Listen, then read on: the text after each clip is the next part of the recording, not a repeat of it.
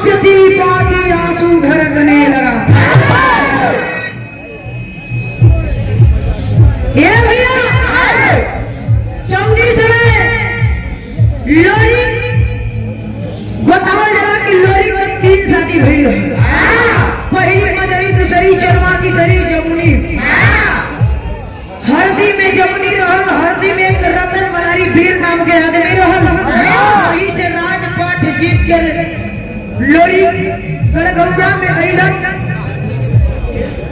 जमुनी के शौक के राजपाट अइलन ये भैया अइलन जब गड़गौरा में तो उनकर देहांत हो गई मृत्यु हो गई उनकर बेटवा अभोरी के बांधल गई उनकर सारा राजपाट लोरी के बेटवा भोरी के जब इस समय बांधल गई है भैया लोरी के बेटवा जब इस समय लोरी के देहांत भइल मृत्यु भइल उस समय 1 साल का जौनी समय धीरे धीरे धीरे धीरे लड़का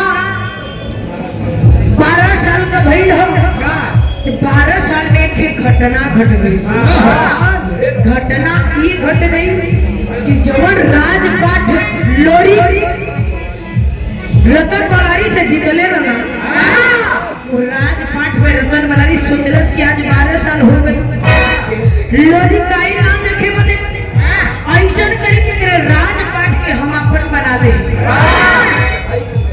चढ़ाई कर मेरे घर के मतारी जमुनी खत के लिख के अपने आंसू से अब कलम से लिख के गड़गौरा में भेजले ये भैया पतिया के जोड़ी सोई मजरी देखले हो आंख से आंसू बहे लगल तब तक भोरी के रो खेलत रहल देखलस गलत रे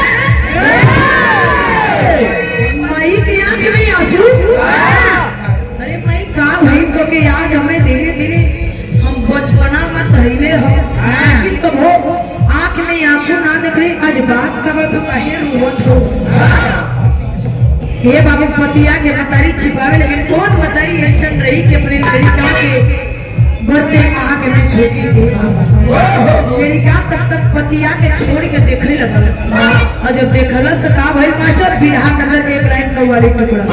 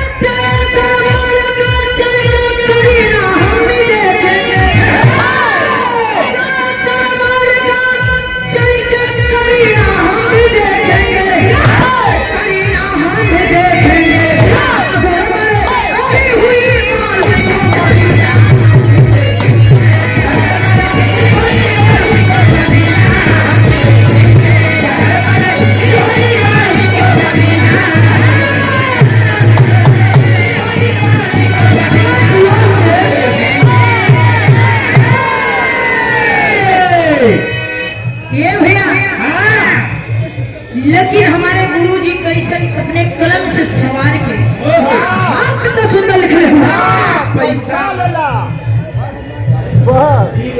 क्या वीर के भाव पे वीरन को पहचाने है हो रहा भैया ये देखिए बिना एक क्या के सम्मान करे हौसला जारी रखे कलाकारों को आशीर्वाद की जा रही लड़का जब पति आगे देखले सो करे आंख एकदम बबूला हो गई कैसे चला हमारी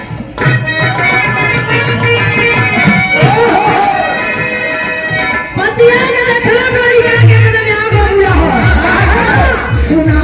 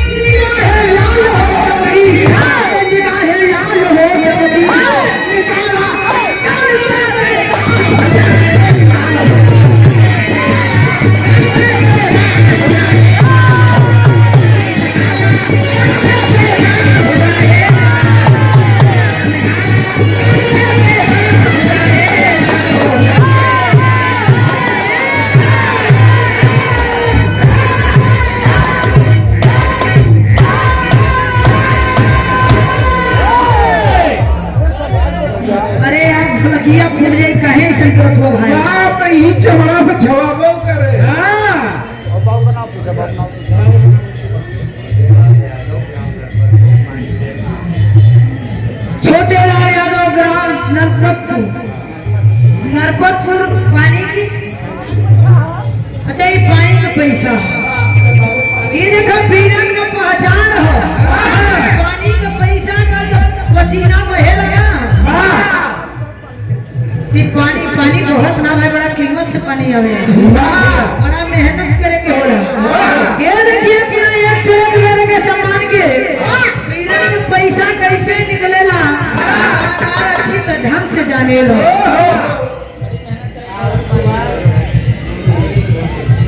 राहुल कुमार मुंडेश्वरी के धरती बिहार के धरती से देखिए बिहार भगवा के धरती से क्या मेरे के सम्मान के कल बड़ा गांव में हरे बिना रवि रंजन हरे अवधि नामे खोट चलिए यहाँ जाने मंत्र लेकिन लड़का जो नहीं समझे बाबू देखलस के रे तो हमारे बाबू को ही मान सम्मान पे दाग लगे वाला मतारी रोवत बतावत ना मतारी से चिल्ला के बोला सर क्या तू बतिया का छिपा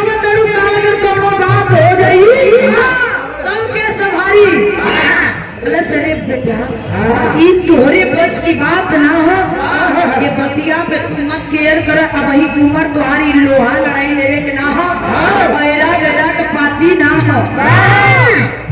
कहे बहुत बड़ा वीर का पाती हो, हम समझीला।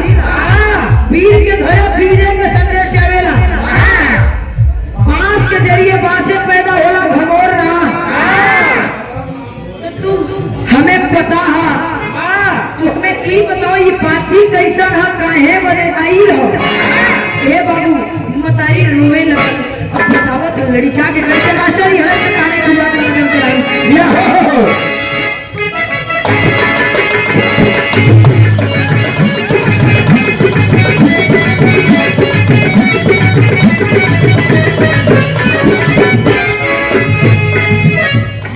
खतरा बताने लगी बात से, खतरा बताने लगी बात लाल से। सुनो सुना रही हूँ, सुनो बेटा।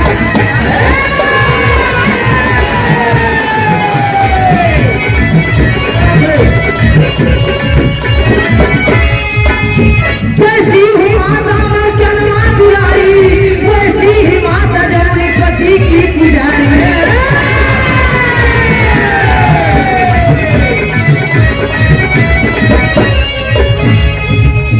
हर गीत शहर बना तोहरे पिता के गवाए, वहाँ पर राज सोते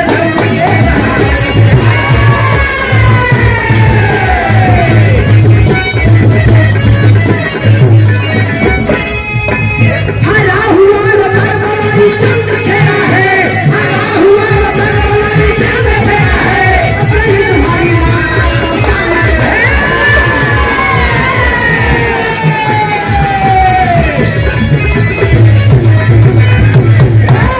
वही गौर बाल से बहार लगाई,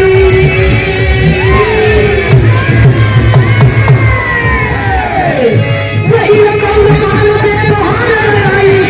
पिता पिता नैया के पार लगाई।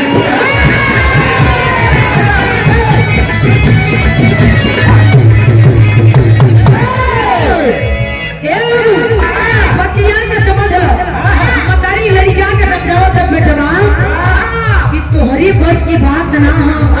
अगर सुनले चाहत हो तो सुना।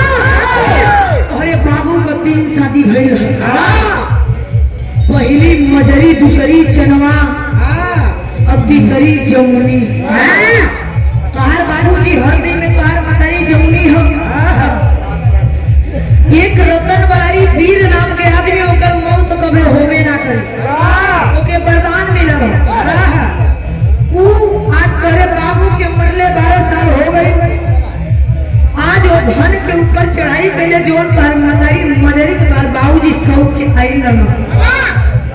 ए भैया आज ये मतारी का कतिया के लिख तोरे बाबूजी के भेजले हो। आंख में आंसू यही बदे हो कि आज के उरण लड़ाई में भेजी। करे पागल हो, गाँव ना हुआ तो हम ना हई, हम हो कहले ना बनी। अरे वीर के लड़का हई, 20 ना हो तो 19 तो उनसे होबे करे, वो बहुत बड़ा नामी हो। अगर वो 10 तुम्हारी है तो मगर 5 हाथ मारा मान सम्मान को कनिए जाई। हमें बतावा कि बाबू चितन कैसे रहा। ये बाबू लड़का हुए, बाबू को जब खुनवा रहलू हो हमारे शरीरिया में दौड़त हो। ए भैया लड़का पूछा तो कैसे मास्टर बिरहा के अंदर गीत लगा।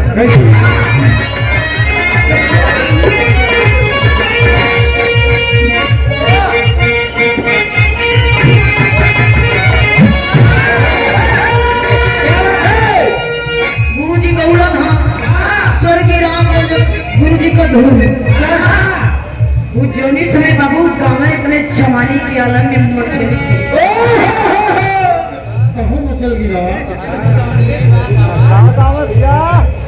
वैसन गाँव में बतावत है न,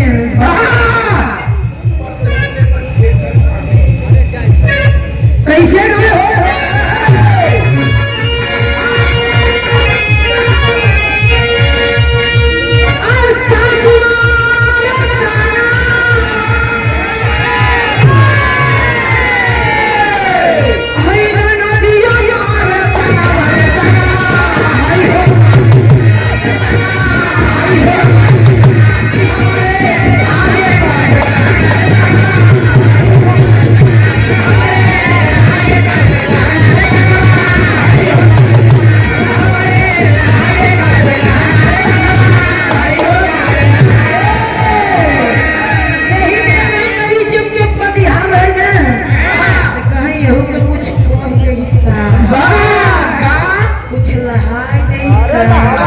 बोलो गुरुजी उठत तब गाओ।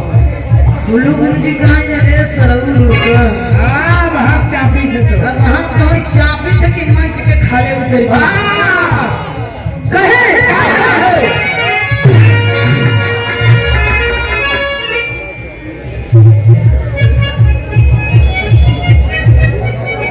अरे डॉक्टर साहब की ओर से भैया फरमाइश है भैया आप लोग से हाथ जोड़ के निवेदन है कि रोड पर से इधर आ जाएंगे कोनो तकलीफ हुई तो जानत हुआ हम लोगों के बड़ा तकलीफ होला